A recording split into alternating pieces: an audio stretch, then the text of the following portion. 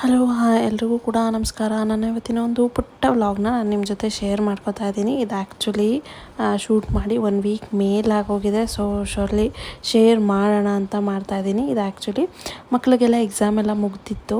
So ಮಗನ ಒಂದು ಬೇಡಿಕೆ ಇದಾಗಿತ್ತು, ನಂದು ಎಕ್ಸಾಮ್ ಎಲ್ಲ ಆದಮೇಲೆ ಪಿಜ್ಜಾ ತಿನ್ನಬೇಕು ಅಂತ. ಸೊ ಅವನು ಅವಾಗೇ ಕೇಳಿದ್ದ. ಸೊ ನಾನು ಏನು ಹೇಳಿದೆ, ಎಕ್ಸಾಮ್ ಎಲ್ಲ ಆದಮೇಲೆ ಕೊಡಿಸ್ತೀನಿ ಅಂತ. ಯಾಕಂದರೆ ಅವ್ನು ಆಲ್ಮೋಸ್ಟ್ ಪಿಜ್ಜಾ ಬರ್ಗರ್ ಈ ರೀತಿಯಾಗಿ ತಿಂದಾಗ 1 ವೀಕಿಗೆಲ್ಲ ಹುಷಾರು ತಪ್ಪಿಡ್ತಾನೆ.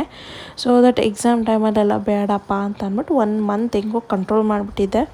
ಸೊ ಎಕ್ಸಾಮ್ ಎಲ್ಲ ಮುಗೀತು, ರಿಸಲ್ಟು ಕೂಡ ಎಲ್ಲ ಬಂದಿತ್ತಲ್ಲ. ಸೊ ಹಂಗೆ ಪುಟ್ಟದಾದಂತಹ ಒಂದು ಪಿಜ್ಜಾ ಪಾರ್ಟಿ ಮಾಡೋಣ ಅಂತ ಅಂದ್ಬಿಟ್ಟು ಹೋಗಿದ್ವಿ. ಹಾಗೆ ಆಫೀಸ್ ಹತ್ರ ಕೂಡ ಸ್ವಲ್ಪ ಕೆಲಸ ಇತ್ತು. ಸೊ 4 ಜನ ಹೋಗಿ ಪಿಜ್ಜಾ ಎಲ್ಲ ತಿಂದ್ಕೊಂಡು ಕೆಲಸ ಎಲ್ಲ ಮುಗಿಸ್ಕೊಂಡು ಬರೋಷ್ಟೊತ್ತಿಗೆ ಲೇಟ್ ಆಯಿತು. ಇನ್ನು ನೆಕ್ಸ್ಟ್ ಡೇ ಬೇರೆ ಊರಿಗೆ ಬೇರೆ ಹೊರಡಬೇಕಾಗಿತ್ತು.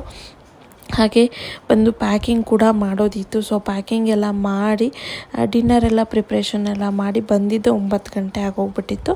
ಸೊ ಸ್ವಲ್ಪ ಲೇಟೇ ಅಂತ ಅನ್ಕೋತೀನಿ. ಅದಾದಮೇಲೆ ಹೊರಟ್ವಿ.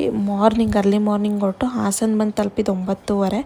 ಸೊ 9:30ಗೆ ಬಂದು ಮತ್ತೆ ಅಲ್ಲೊಂದು ಅರ್ಧ ಗಂಟೆ 1 ಗಂಟೆ ರೆಸ್ಟ್ ಮಾಡಿ ಮತ್ತೆ ನಮ್ಮ ಅಕ್ಕ ಅವ್ರ ಮನೆಗೆ ಹೋಗಬೇಕಾಗಿತ್ತು, ಅಲ್ಲೂ ಹೋಗಿ. ಸೊ ಹಾಗೆ ನಮ್ಮ ಊರಿಗೂ ಕೂಡ ಹೋಗಬೇಕಾಗಿತ್ತು. ಒಂದೇ ದಿನ 3 ಊರು ಟ್ರಾವೆಲ್ ಮಾಡಿದ್ದಾಗಿತ್ತು. ಸೊ ಅದಾದಮೇಲೆ ಇದು ಯಾವುದು ಅಂದರೆ ಹೇಮಾವತಿ ನದಿ. ಸೊ ಇದೆಲ್ಲ ಆದಮೇಲೆ ಊರಿಗೆ ಹೋಗಿ ಮನೆಯೆಲ್ಲ ನೀಟಾಗಿ ಕ್ಲೀನ್ ಮಾಡಿಕೊಂಡು, ಮನೆ ಜನ ಇದ್ರೇ ಗಲೀಜು ಅಷ್ಟೊಂದಾಗುತ್ತೆ. ಇನ್ನು ಯಾರೂ ಇಲ್ಲ ಅಂದರೆ ಕೇಳೋದೇ ಬೇಕಾಗಿಲ್ಲ. ಚಿಕ್ಕ ಧೂಳು ಕೂತಿರುತ್ತೆ. ಇನ್ನು ಇಲ್ಲಿ ಜಾಸ್ತಿ ಪಾತ್ರೆ ಹಾಗೆ ಸಾಮಾನು ಏನೂ ಇಟ್ಟಿಲ್ಲ ನಾನು. ಈ ರೀತಿ ಹೋದಾಗ ಬಂದಾಗ ಕಷ್ಟ ಆಗುತ್ತೆ ಕ್ಲೀನ್ ಮಾಡೋಕ್ಕೆ ಅಂತ. ಸೊ ದಟ್ ನಾನು ಇಲ್ಲಿ ಬಂದು ಆಲ್ರೆಡಿ 2 ಮಂತ್ಸ್ ಮೇಲೆ ಆಗಿಬಿಟ್ಟಿತ್ತು. ಹಸ್ಬೆಂಡ್ ಬಂದು ಹೋಗಿ ಮಾಡಿರೋರು. ಅವ್ರು ಯಾರ ಹತ್ರನಾದ್ರು ಕ್ಲೀನ್ ಮಾಡಿಸಿದ್ರು ಕೂಡ ತುಂಬ ಡೀಪ್ ಕ್ಲೀನ್ ಯಾರೂ ಮಾಡಿರಲ್ಲ. ಸೊ ಹಾಗಾಗಿ ಸ್ವಲ್ಪ ಡೀಪ್ ಕ್ಲೀನ್ ಎಲ್ಲ ಮಾಡಿ ಮನೆ ಒಳಗಡೆ ಏನೇನೆಲ್ಲ ಕೆಲಸ ಇದೆ ಎಲ್ಲ ಮುಗಿಸ್ಕೊಂಡು, ಇನ್ನು ಅಲ್ಲಿಗೂ ಕೂಡ ಹೋಗೋದಿತ್ತಲ್ಲ. 1 ಅವರ್ ಟೈಮ್ ಇತ್ತು. ಹಾಫ್ ಆನ್ ಅವರ್ ಕ್ಲೀನ್ ಮಾಡಿ ಇನ್ನು ಹಾಫ್ ಆನ್ ಅವರ್ ಅದು ಇದು ಫೋಟೋ ವಿಡಿಯೋ ಅಂದ್ಕೊಂಡು ಮಾಡಿದ್ದಾಗಿತ್ತು. ಸೊ ನೋಡಿ ಕನಕಾಂಬರ ಹೂವು, ನಾನು ಅದೇ ನಮ್ಮ ಮನೆಯವ್ರಿಗೆ ಹೇಳ್ತಾ ಇರ್ತೀನಿ. ಸೊ ಬರೋ ಗಿಡ ಎಲ್ಲ ಹಾಕಿದ್ದೀರಾ, ಒಂದು ಹೂ ಗಿಡ ಇರಲಿಲ್ಲ ಅಂತ. ಸೊ ಅವ್ರು ಅದನ್ನೇ ಹೇಳ್ತಾಯಿದ್ರು, ನೋಡು ಯಾವಾಗೂ ಹೇಳ್ತಿದ್ದೆ ಹೂ ಬಿಟ್ಟಿದೆ ನೋಡು ಅಂತ. ಸೊ ಹೌದು ಅಂದ್ಬಿಟ್ಟು ಒಂದು ಶೂಟ್ ಮಾಡ್ಕೋತಾ ಇದ್ದೆ. ಎಲ್ಲ ಥರ ಗಿಡ ಇದೆ, ಬಟ್ ಹೂ ಬಿಡೋ ಅಂಥ ಗಿಡಗಳು ಒಂದೂ ಇಲ್ಲ.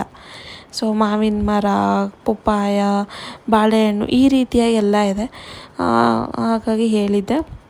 ಹಾಗೆ ಇದು ಮನಿ ಪ್ಲ್ಯಾಂಟ್ ನೋಡಿ, ಮನೆದು ಎಷ್ಟು ದೊಡ್ಡ ಲೀಫ್ ಇದೆ ಮನಿ ಪ್ಲ್ಯಾಂಟ್ದು.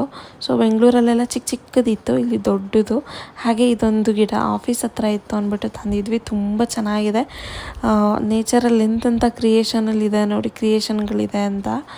ಸೊ ತುಂಬ ಚೆನ್ನಾಗಿ ಕಾಣ್ತಿತ್ತು ಅಂದ್ಬಿಟ್ಟು, ಅಲ್ಲಿ ನೀರೇ ಇರ್ತಿರ್ಲಿಲ್ಲ ಆಫೀಸ್ ಹತ್ರ, ಹಂಗಾಗಿ ಇಲ್ಲೇ ತೊಗೊಂಬಂದು ಹಾಕ್ಕೊಂಡ್ವಿ ಚೆನ್ನಾಗಿರುತ್ತೆ ಅಂತ.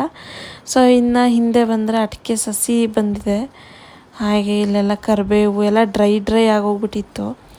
ಸೊ ಏನೋ 1 ಡೇ ಬಿಫೋರ್ ಏನೋ ಮಳೆ ಏನೋ ಬಂದಿತ್ತಂತೆ. ಸೊ ಹಾಗಾಗಿ ಸ್ವಲ್ಪ ಪರವಾಗಿಲ್ಲ. ಆಮೇಲೆ ಇಲ್ಲಿ ದಾಳಿಂಬೆ ಹಣ್ಣು ಹೂ ಬಿಟ್ಟಿದೆ. ದಾಳಿಂಬೆ ಗಿಡದಲ್ಲಿ ಇದೇ ಫಸ್ಟ್ ಟೈಮು ನಾನು ಬಿಟ್ಟಿತ್ತಂತೆ. ಲಾಸ್ಟ್ ಟೈಮ್ ಇದಕ್ಕಿಂತ ಜಾಸ್ತಿ ಬಿಟ್ಟಿತ್ತಂತೆ, ಬಟ್ ನಾನು ನೋಡಿರಲಿಲ್ಲ. ಬಟ್ ಈ ಸಲ ನೋಡಿದಾಗೂ ಕೂಡ ತುಂಬ ಇತ್ತು. ಹಾಗೆ ಇಲ್ಲಿ ನೋಡ್ತಾ ಇದ್ದೀರಲ್ಲ, ಸೀಬೆ ಗಿಡ ತುಂಬ ಚಿಕ್ಕದು. ಅದು ಹೆಂಗೆ, ಇದು ಆ್ಯಕ್ಚುಲಿ ಒಂದು ಕಾಯೇ 1 ಮುಷ್ಟಿಯಷ್ಟು ಬರುತ್ತೆ ಈ ಹಣ್ಣು. ಬಟ್ ಅದು ಹೆಂಗೆ ತೂಕ ತಡೆಯುತ್ತೋ ಅಂತ ನನಗೂ ಗೊತ್ತಿಲ್ಲ. ತೈವಾನ್ ಸೀಬೆ ಅಂತ. ಹಾಗೆ ಇಲ್ಲಿರೋ ಪಕ್ಕದಲ್ಲಿರೋ ಪಪ್ಪಾಯ ಮರನೂ ಅಷ್ಟೇ ತುಂಬ ಹಣ್ಣುಗಳು ಬಿಡುತ್ತೆ, ಬಟ್ ಟೇಸ್ಟ್ ಅಷ್ಟು ಇರಲ್ಲ. ಹೆಲ್ತ್ ವೈಸ್ ಒಳ್ಳೆಯದು ಅಂತ ಅಂದ್ಬಿಟ್ಟು ತಿಂತೀವಿ ನಾವು. ಅದಾದಮೇಲೆ ಇದು ಬಾದಾಮಿ ಗಿಡ ಅಂತಾರೆ. ಸೊ ಈ ಥರ ಇದೆ, ಫುಲ್ ಗ್ರೀನ್ ಇದೆ.